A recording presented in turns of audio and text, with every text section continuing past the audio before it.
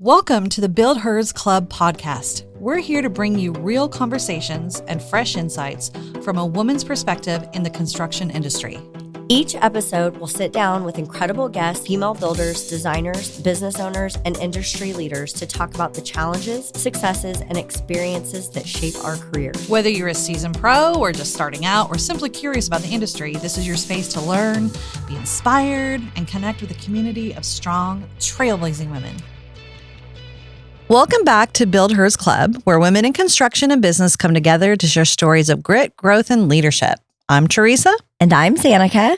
Today's episode is really special.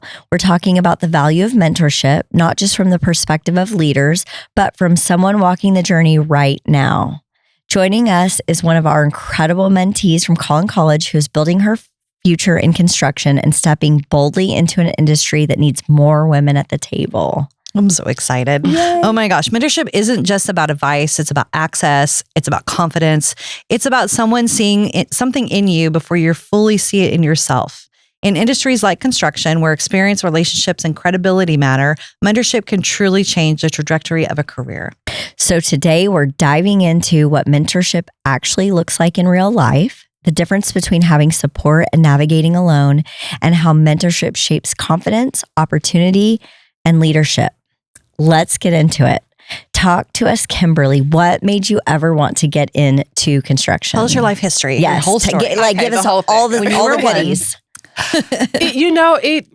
It's going to sound kind of cheesy, but I fell in love with construction just growing up in New York and admiring brownstones. It was I love that. It's something so simple. So famous though, brownstones are in New York. Walking around the neighborhoods, there's a particular area, Brooklyn Heights. My mom used to take us. It's a park down there. It's right over the Hudson, and they have these beautiful houses. And I would just look at the houses, look at the detailing on the houses, and then I want to know the history of them and how old are they, how long they've been there. So because of that brought me into construction, and I wanted to know more about it. So when I finished school, I started working for an architectural firm. I started as a receptionist. It was just like a job. It wasn't like, I'm going to dive into this and this is going to be a life career for me. Mm-hmm. It was, it pays the bills. I live in New York. It's expensive. Yeah, right. But that receptionist job ended up turning into so much more. Thankfully, the architect I was working with, he saw my potential and he just kind of started pushing me out there. So it started with me learning the permitting process in New York. I started pulling permits. I know. I need to talk about New York for a second. Hell, I think, because I have a girl who works in New York, and all the paperwork that I had to go through with the state of New York, and it's still in process a year later, trying to get it all set up, is insane. So I can only imagine what pulling a permit must have been like. So talk about that, because, maybe our builders here will be like, oh, okay, we didn't have to do that. Yeah. It is a lengthy process. It's a lot of red tape. And then there's so many ticks. If you want to work outside of certain hours, because the city only allows you to work certain hours in certain areas, you have to pull a special permit for that. You have to pull variance permits. Those can take long, depending on what you want to get done. They want so much detail. How long are you going to be out there? How much noise are you going to make? They want full plans. And sometimes you'll go through a plan examination review 3 or 4 times before they actually approve these permits. It is not an easy process. It's a lot of relationship building. I'll bet. That was I stayed at the Department of Buildings a lot. I built relationships with the inspectors. I built relationships with the tellers. And that's kind of how you move through the city. Was it residential or commercial? It was mostly residential that we did. Small commercial, but mostly residential, demolition, new builds, and renovations. And if you're building in this city, I'm sorry, brownstones are right next to each other. So if you're building, you probably could only do certain hours because otherwise everybody else is kept up. Yes. So when you say lengthy process, I'm just curious, 6 months, a year, 2 years, what does lengthy mean? It kind of depends on the scope of work and what you're trying to do. Is the building a landmark? That makes a difference. That extends the process as well. The location of the building. So it can be sometime maybe a month, depending on what you're doing. Sometimes it can be 6 months. If you take the plans to the examiner, depending on what examiner you have, because some of them are really tough. They may say, yeah, this is good to go, and you can, continue through the process. Some, they may find every tick wrong with it. This doesn't meet this building code. This building code changed at this time, and you are in compliance with the older building code. So you need to redo your plans. Sometimes you're revising 5-6 times, depending. Right. Goodness. So it is not so black and white. It really depends on the scope of work. Because you're not really building on new land. No. You're tearing down or remodeling what's there. Okay. Yes. Because there really isn't any there is land no in New York. Land. No, exactly. How long were you there? I want to know how long, when did you come to Texas? I came to Texas about 2018.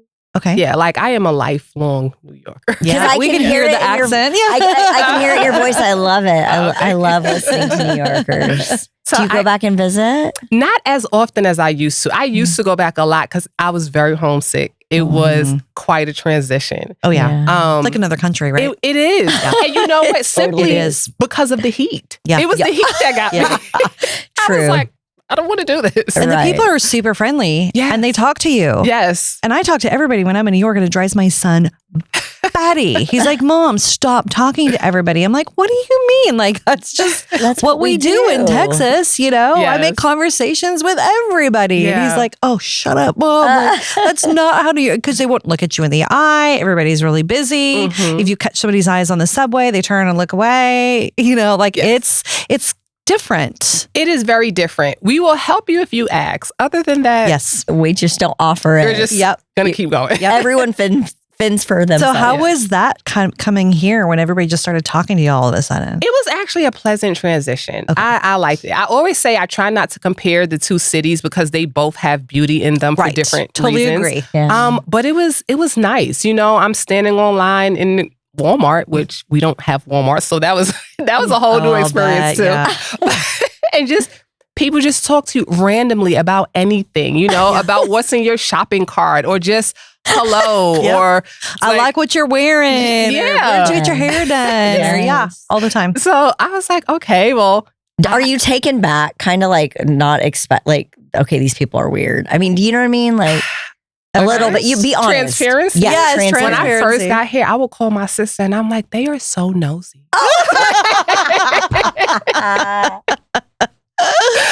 That's hilarious. Because it was just, I was not used to just where'd you get that? Or I like this. Or, just how you, how are you doing? Where do you work? Where do you work? Where are you from? All of the above. And I was just like, they're really nosy here. Oh my gosh, that's hilarious.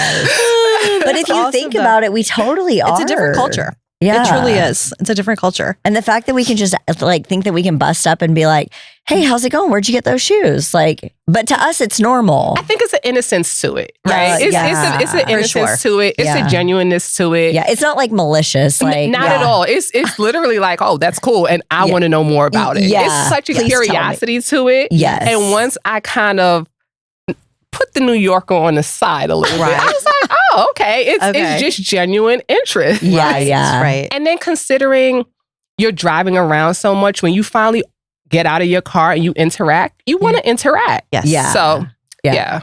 Yes, you're not on a set. You're around people 24/7 in New York to the point where you go home, you don't want to talk to nobody, right? Yes. Or when you're on the subway, you're done. I've had to people all day. This is my drive home, right? There is no privacy. Right. So I can understand how that would become. Whereas here, you are driving around. It's an hour to get home in a car by yourself. So it's a little bit different. Yeah. Yes. So that's interesting. Okay. I had a cousin that lived in New York for years, and but she came from California, but she had mentioned, because I was like, you see the movies and you see all the people on the streets, and they are they're determined. Power walking. Yes. And if you you get your shoulder hit, you get bumped, probably not necessarily on purpose. Not on purpose. Yeah. But because it's like sardines, there's so many people. They're going somewhere very specific. Yes. And I was like, did you ever feel like it was unfriendly? She's like, it's not like that. It's just everyone is just on a mission. Yes. And the space, it's not Texas. It's not, there's not space for, acres and acres and acres. So, yeah. Not unfriendly, but definitely super focused. Yes. Yeah. I said, there's never been a time where it's like, I stop someone in New York and I may have a question or needed help. They'll help you and they're going to go right back to whatever is that they're doing. Yeah. So, 100% focused. Yeah. And they're not rude in that way. Yeah. But, everybody says New Yorkers, they have the reputation of being rude. They're not rude. I love the way that you said that. They're just super focused on what they're doing and then they go back. When you come from the South or even, Midwest, like you're saying, we talk to everybody. We talk to everything about everything. The weather. Oh my word. The weather is probably the biggest thing. And they just don't have time for that. They're going somewhere. Yeah. So it's just a little bit different. And they're not afraid to tell you if you're making a mistake. that is correct. Is that we'll a thing? him and haw over here. Yeah. But if it's you're, a thing. no, they're just very blunt. Direct. It's not, to us, it'll seem rude because of our culture out here. Yeah. But to them, it's just like, well, dude, you screwed up. Fix it. Yeah. Boom. Yes. There's no, I'm sorry, I have to tell you this. We'll do that. I'm so sorry I have to say this, but you really screwed this up. Can you please fix it? It's you messed up, fix it. I want it on my desk by 5:00. Yeah. It is definitely that. I always say you never not know where you stand with a New Yorker. That's right. That's a good thing. Yeah. It's no question about it. Yes. You know exactly where you stand. Yeah. Yeah, that's true. Did you feel like you had a clear path, or were you kind of figuring it out as you went? I don't know your story yet of where you went to after this architecture. Yes. How long were you there? Yeah. Give us a timeline. I was there for about 7 years. Oh, wow. Yeah, I was there for quite some time. And at first, I did not have a clear path. Some days I still don't think I do. But I know that I enjoyed the field. And when I say I didn't necessarily know I had a clear path, I did not know in what sector of construction I wanted to really settle down in. Okay. So I'm like, okay, I like the renovations of the older houses, and this is interesting. And then I'm like, well, watching them build out highways is pretty cool too. And, so I'm kind of want to do everything a little bit. Yeah. Yep. But are also trying to focus on one specific thing. So I am still trying to figure out the path. But when I was there, I just knew it was something that I wanted to stay in. I knew I wanted to stay in construction, whatever facet it was going to be. Yeah. Okay. Yeah. So it got into your blood. It got into me. Yeah. And it does. It's so funny how totally that happens. does. It's like you're creating every day. Yeah. Yes. Something new or changing something into something prettier. Yeah. That's what I love about it. Yeah. Yeah. So you were there for 7 years, and then what did you do? Yes, I was there for 7 years. Then I worked in legal compliance for a little while, and it was okay, but it was boring. Because with construction, I feel like it's something new every day, right? I have a project. I know what the project is supposed to look like from start to end, but we all know there are twists, there are turns, it's excitement. Yes. It can be a little stressful, but it's excitement. So I worked in compliance, and it was okay. And I liked the knowledge that I gained, the legal knowledge that I gained, but it was very routine. It was very boring because I did not interact with people at the same level as I did, in construction. I probably had my direct team and, dealt with them. But in construction, I'm meeting new subs. I did a lot of walkthroughs, so I'm meeting new inspectors. I'm learning new things constantly, With compliance, it's black and white. Right. It's what is in front of you is what it is. Yeah. And then you were there for how long? I did that, for about 5 years. Okay. Yeah. And you're having kids in between this time? I am having kids in between this time. Okay. Yes. So you have 2? I have 2. I have a boy and I have a girl. Okay. Yes. And also being in construction, I feel as a mom, it worked out better for my schedule. Good. Okay. Yeah. So because flexible. you're done by 4, right? Yes. I felt like it was a lot more flexible. My best friend also works in construction, and I will always joke with her, what do we do when we get real jobs one day, right? Because It's not always a 9 to 5. You know, sometimes I can start a little bit earlier and I can move things around in my schedule to accommodate my children's needs. You know, I feel like when you are working in something like maybe compliance or a call center or something, it's very rigorous as far as time. It's you have to be on time for everything.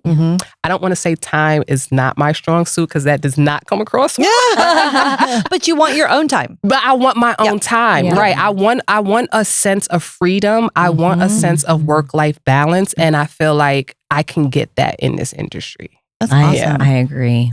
So you were there, so that's 12 years. Okay, so then when did you decide to move here?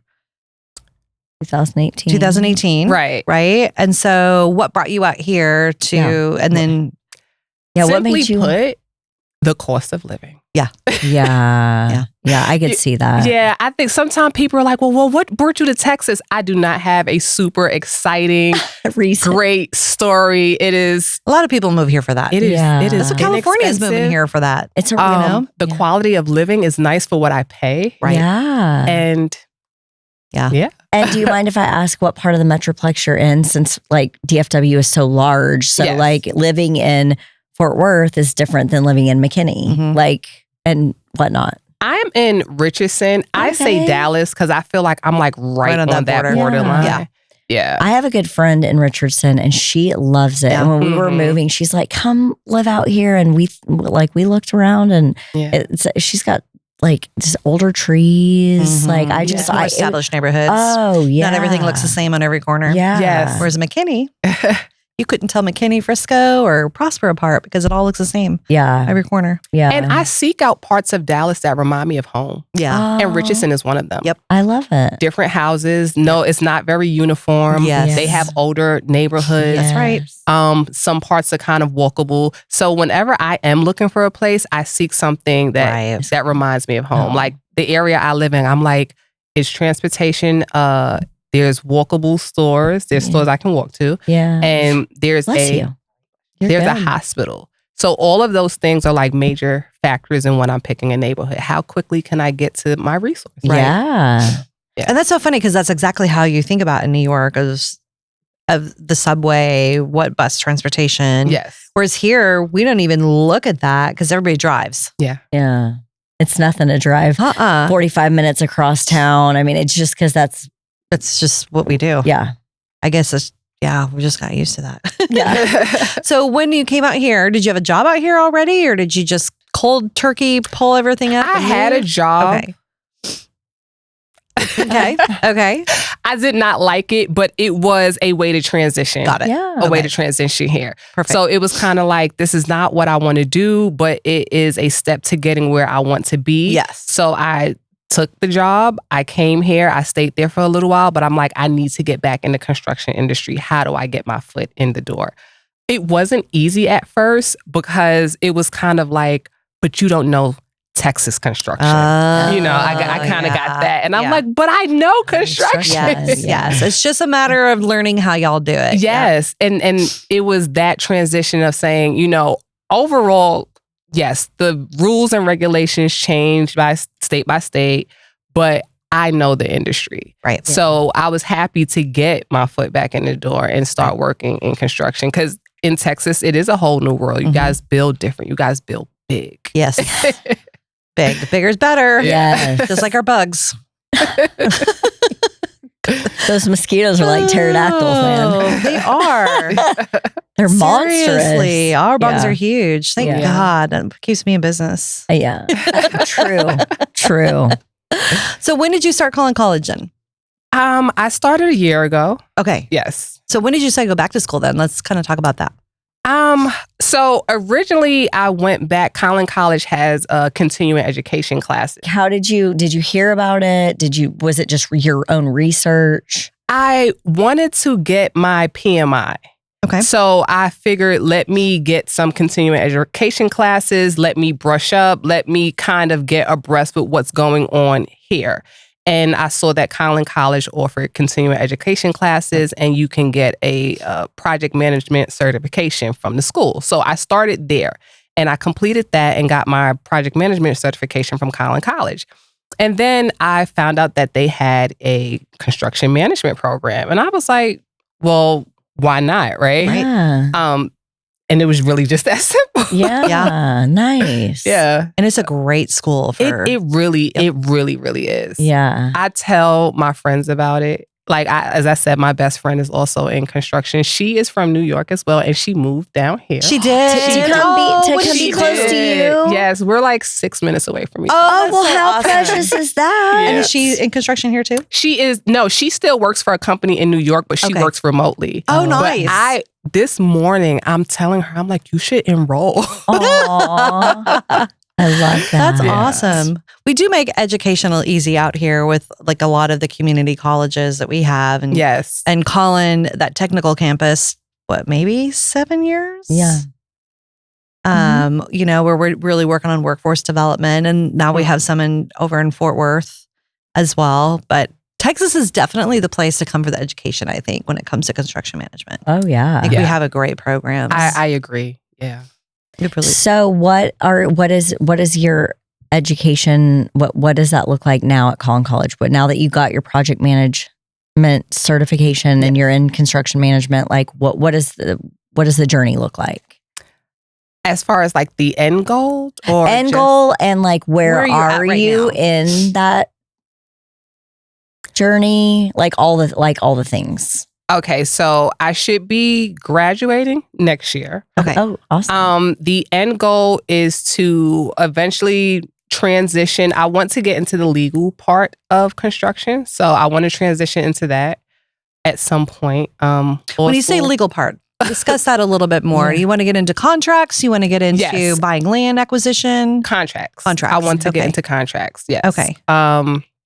So I want to finish. The goal is to finish this. I do want to transition into law school. I'm putting that out into the universe. I'm saying it on here to hold me accountable. I love that. That is awesome. I do, yes. Actually, like Bushred Nicky and like the guy who does all the contracts for the state of Texas. Yeah. He creates them. He is a member in Fort Worth. Mm-hmm. We need to introduce them. Yeah, absolutely. Yes.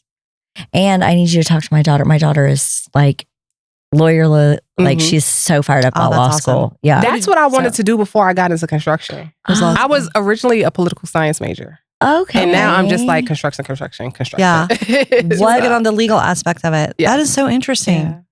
What part of like the legal aspect? Like construction or like contracts? I want to do contracts. No, originally construction wasn't like, I knew I liked it, but I did not view it as necessarily a career until I started working at the architectural firm. Right. Before it was just like, oh, these buildings are cool. This is, you can go to, I lived in downtown Brooklyn and right across the bridge, you can go to the City Hall building and they have a place where they have microfiche and you can pull up old slides of New York, what it used to look like and everything. Mm-hmm. I would do these things because it was fun. Fun for you. Right. So I never looked at it like you can do this and make money until someone showed me you can make money. Right. Well, because your idea of construction, especially in New York, is what you see, right? And what you see are all men working on buildings. You don't have any idea what's going on behind the scenes that make all of that work. Even here, to a certain extent, you don't see that. So if you're driving past a construction site or you're watching somebody build the roads or anything, you're just seeing the big machines going up. You're just seeing people work. You don't know everything that goes behind the scenes that makes that happen. Yeah. And so I can totally understand where you're coming from of there's so many aspects to construction, but contracts, that sounds so boring. But that is like the legal aspect is what. Yeah. Like, wow. I don't think it would be boring. I don't think so either if you're into it. Yeah. For sure. I mean, there's a need for it because good grief, we have to have them. Yeah. They come out with new contracts every year for builders. Yeah. Yeah. And I mean, technically, like if you're in construction and you're doing SOVs or purchase orders, you're kind of still doing contracts. Yeah. It's kind of. Oh, yeah. You're just using the state scale. contract. You're just using the state contract, right? Yep. Right. But you're kind of still in that realm as well. But as you said, you don't realize how much goes into it. Yeah. Most people think hammer and nail. That's what I thought at the end. And when I tell people I'm in construction, they're like, You're in construction. I'm like, I do not wear a hard hat. Yep. Only when I go on there to learn something. Yeah. Hi, everyone. We're so excited. We have Felicia Wagner here with James Hardy, and they are our sponsor for March. Super excited. You want to tell us a little bit about your company? Yeah, thank you so much for having me. James Hardy invented modern fiber cement siding more than 30 years ago. We are the #1 brand in North America on over 10 million homes and counting.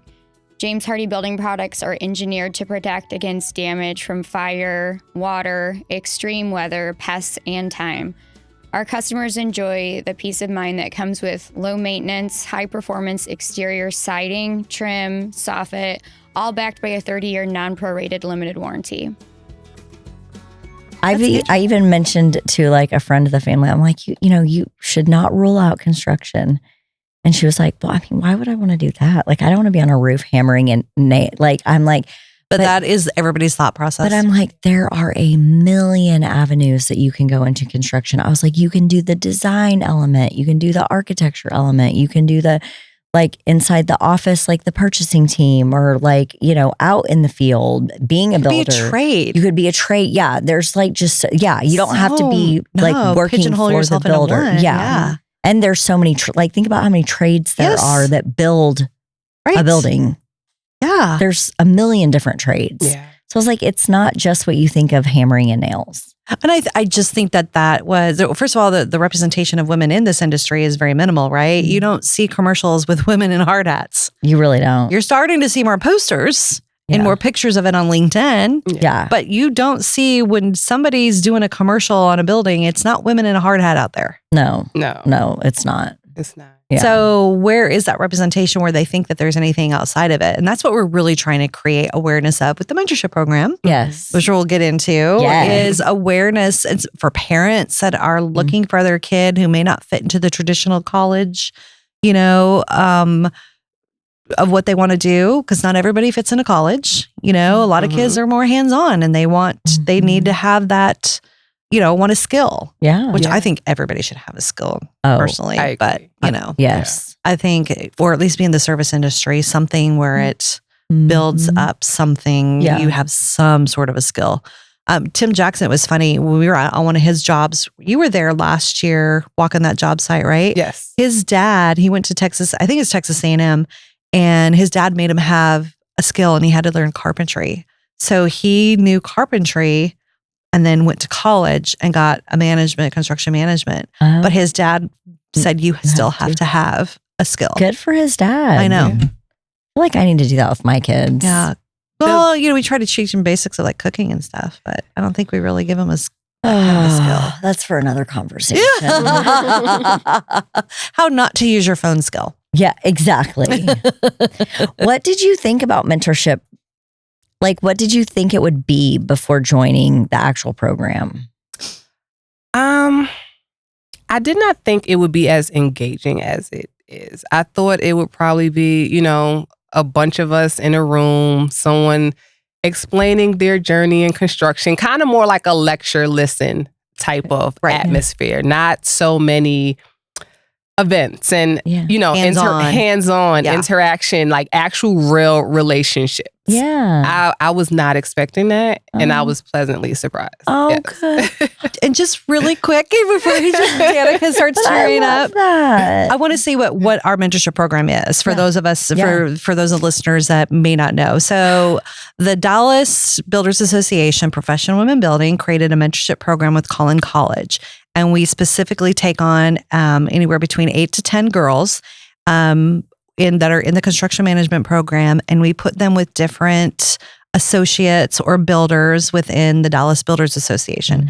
And so they get a one-on-one meeting with their mentor. They could have several, but one is required. And then they attend an event or we do something on a social aspect. And that's kind of what you're referencing it was very different. We don't just lecture and, sing Kumbaya and tell our stories. And, because you get that in school. One of the things we wanted to do was make it very different of what you're not getting in school, and that is also building that personal relationship, that face-to-face meeting people, because you're meeting a lot of people. Yeah. And we have more people to introduce you to too. So So that's kind of what the program is. So I'll let you continue on and, Well, thank you for sharing that because that's, that could be encouraging to someone who might be considering a mentorship program. So that it's not just a lecture because that sounds awfully boring. Yes. Well, and you're doing that in school already. Yeah. And we have fun events. Our events are fun. They are fun. And that's where I'm telling you, people think I'm crazy when they say I built my business off the Dallas Builders Association. Yeah. But those are the events, getting to know people, building those relationships is what's got me in the door. Yep. And that I'm 100% that any association, whether it's NARI, whether it's the Remodeling Association, there's so many of them. Did you know that there's a glass association? I saw something on LinkedIn and I had no idea. Like glass, like shower glass, like tile glass, like glass. There's a glass association. There's one for textiles and fabrics and there's an association for everything. Which is kind of cool. It is. Yeah. I'm sure that there's a lawyer contract, there's probably those associations too. Yeah. And those are really important to build. Joining those type of, NAWIC was another one. Women are in business, in construction, those are really big. I encourage everybody to, pick one. You have to do them all. Yeah. But pick one and get involved because you can join it, but unless you get involved, it's not going to work. Exactly. You have to get involved, take a position, attend the events. You have to step out of that comfort zone and meet people that you may not. It was really hard for me to do that. Yeah. Because there wasn't as many women when I first started. Yeah. So it was all dudes that I had to go up and talk to. So that was kind of different. Do y'all feel like, the events, give me your perspective on this. Once I'm there, I'm fine. But what is it about getting there? Sometimes I'm really? I'm so excited to get to the events. I can tell. I'm excited, but I don't know. Maybe give it away. You're so funny. You're I'm so excited. I can't wait to get there. I live for them. It's weird. Okay, I love them. I think maybe it's that crazy little voice in my head that I need to actually name. In fact, my builder friend, Erin, I love her. She's like, okay, Gertrude, because didn't you say that? Yeah. And we got to call her Gertie or something. So maybe that's her name. But that little voice in your head that's it's your brain. You name your brain. And so but it's the negative part of your brain, not the positive. And you were not today, Gertrude. I'm going to be in a good mood. You just take a step back. Yes. And it puts it, once you name it, it takes the negativity out of it instead of saying yourself. You're naming that piece of yourself. So you can be okay, Gertie, you're not going to tell me that I'm feeling not very social today, or you're not going to tell me I'm not looking cute today, or you're not going to tell me, you know what I mean? Yes. Because nobody. Go sit down, Gertie. I'm doing that. Yes, you know what I mean? Exactly. But once you name it, then and you can it separates in your brain that negativity has its name and you can shove it away. You don't own it. You don't. Yes. Yep. It's not who you are. It doesn't define you. Mm-hmm. So, but do you have any of those moments ever where you have a little voice that says something, or are you Sometimes the very first meeting for the Dallas. Was it last semester? Yes. Okay. The very first meeting last semester, I was nervous. I did not know what I was walking into, but I said, you know what? I have nothing to lose. Yeah. Right. So I'm going to go and just see what it's about. And that's when we were in the boardroom. We started out in the boardroom and then moved to the event. Yes. It was a little uncomfortable at first because I am, still, I don't want to say new to Texas, but I'm still feeling my way around, right? And I didn't necessarily know any of the other girls there. And I think some of them might have known each other from school. A couple of them did, yeah. Right. But my schedule is different because I'm mom. I'm working full time all day. I'm going to school at night. So some of our schedules, I don't see the other girls as often as they see each other. Yes. So that was a little bit of uncomfortable. Yes. And then that was Kelly. Yeah. Kelly Renzel. Oh, yes, that's right. Oh. And that was a topic that nobody expected to walk in the door and watch. Mm-hmm. Did that not blow your mind? Yes. Yeah. So. And how did that have anything to do with construction, right? But it does. Yes. Because she's a lead counsel or she was at the time, lead counsel for Lancy Homes. Mm-hmm. So. Be another person we can introduce. Oh, yeah. That's a really great idea. I love this part of our job. Yes. Connect, Connect all the dots to it. Yeah. I mean, so once you got through that one. Once I got through that, it was kind of like easy breezy through there. Okay. Everyone was so nice. Everyone was so welcoming, but everyone was authentic and genuine. Like I could relate, Sometimes I feel like a fish out of water and I'm like, am I going down the right path? But when I spoke to some of the other women, my initial mentor that I had the first semester, it was kind of like, no, girl, I started over here and now I'm here. And this was that Lindsay? It was not Lindsay. It was Lauren. Lauren. Yes, Okay. It was Lauren. And just to kind of hear how she transitioned into construction, she was in beauty. She was a model. Yes. And went into Pella Windows. Oh, I did not know that. Yeah. Well, that fits. Yep. That totally fits. Okay. Right. And I just thought it was so cool. And she just kind of took it head on. And then the confidence that she walks with as she navigates this space, even not having previous background, that made me feel stronger in my stance. And I'm like, I can do this, Right. I'm not in a place where there are a lot of women. So I kind of have to just tough it out sometimes. Pull your boots by their bootstraps. Yes. And then seeing all of these other women, some of them are working for other companies. Some of them, started businesses for themselves. It's inspiring. Yeah. It's motivating. Yeah. And I'm like, this is really cool. And just networking, meeting new people. Yes. I love that. That's the biggest thing, I think. So what's go ahead. Oh, can you share a moment where mentorship changed how you handled something? I have a recent moment with Teresa, actually. Oh, I love this. I cannot wait. I have her this semester. Yes, I know. One, the book she recommended to me. Confidence Code? Mm-hmm. I love it. Did you read it all the way? Life changer. I am slowly enjoying it like a good meal. Oh, because there's so much. It is so much. Yeah. I find myself listening to it, and I'm like, oh, I have to rewind that part. I have not finished it because I keep rewinding certain parts because I need to hear it again. That book has been extremely helpful. I recommend buying it too, and then highlighting those. Yes. Yeah. It is definitely a book to get a physical copy of. Yeah. Yep. Thank you, Jennifer Johnson. Yep. Thank you. And it does. As a woman, it changes your entire mindset on how you navigate in the world of construction. It absolutely does. And something just as, and I don't want to say simple and minimizing it, but just the book recommendation, that was a big game changer.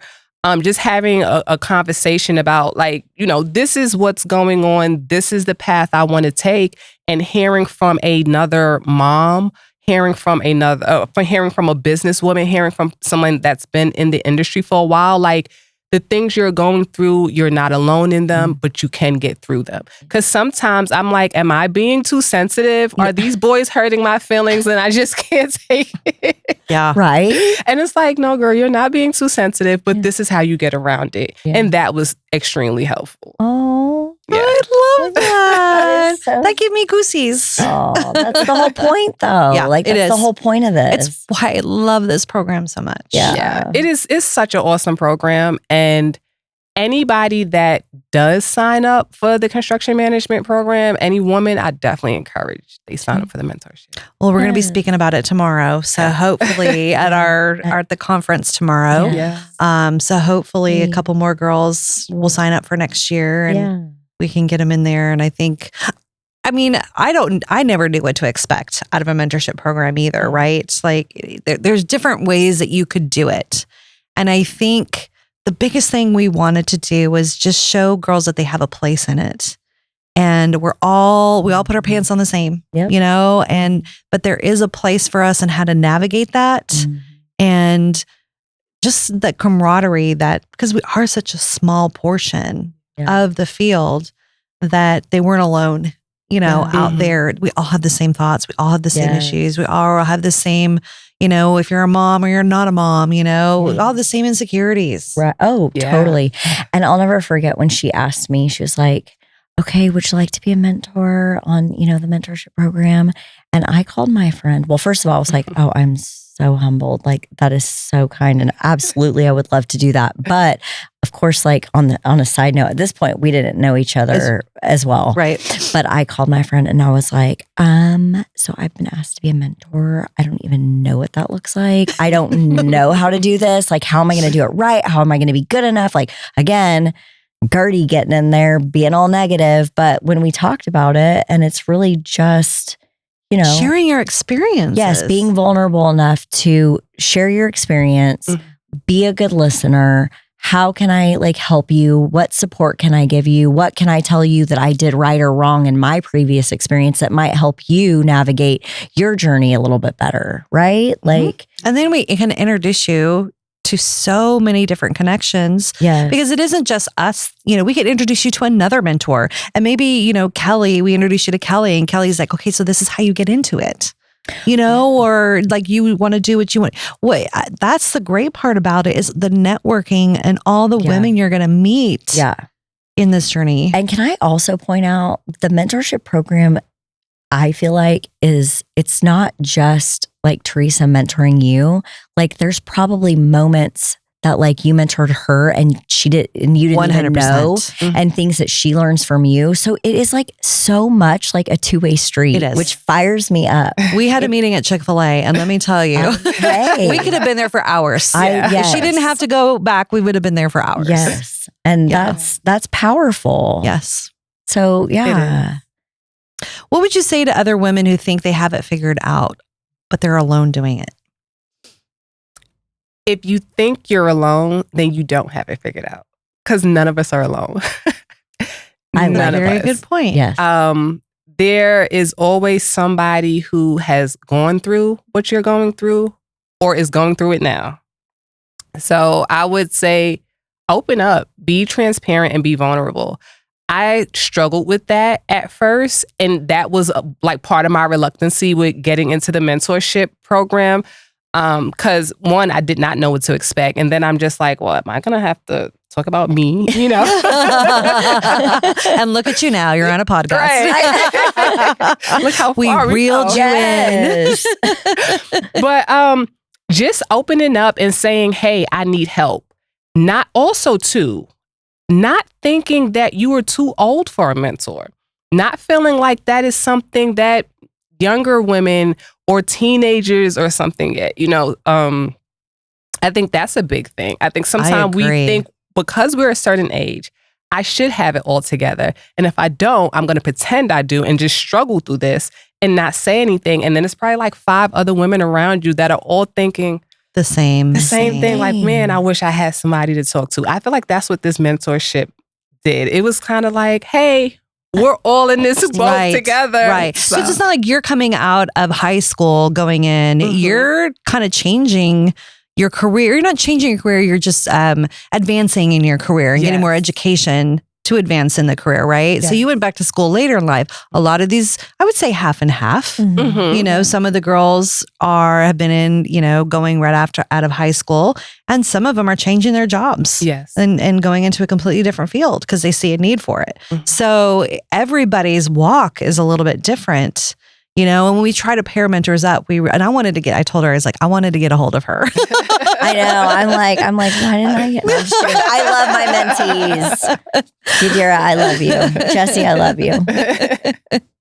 But anyway, so what do you think? How important is it to see women succeed, already succeeding in this industry? How, that's a really big deal. But what does that mean to you? It means I can do it. It gives me something it's a blueprint.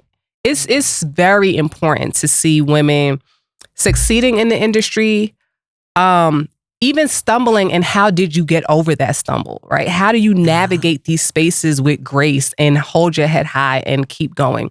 Because it makes me realize, okay, I not only can do it, I can mimic this behavior, probably expand on it. And then somebody else may look at me and say, well, I can do it too. I feel like it's like a domino effect. And make it your own. Make it your own. Yeah. So even if just the littlest of thing, and it gives you a spark. And I was like, I can do this. Awesome. Yeah. I love that that domino effect. That is like such a good way of putting it.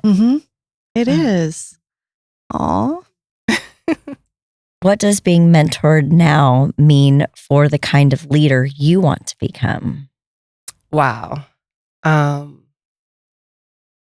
I did not look at myself in that facet prior to the mentorship. I'm just, thinking regular Kimberly, work, mom, whatever. Now, speaking to Teresa, speaking to Lauren, seeing the other women in the mentorship, you realize that you are a leader sometime, even if you're not signing up for it. Mm-hmm.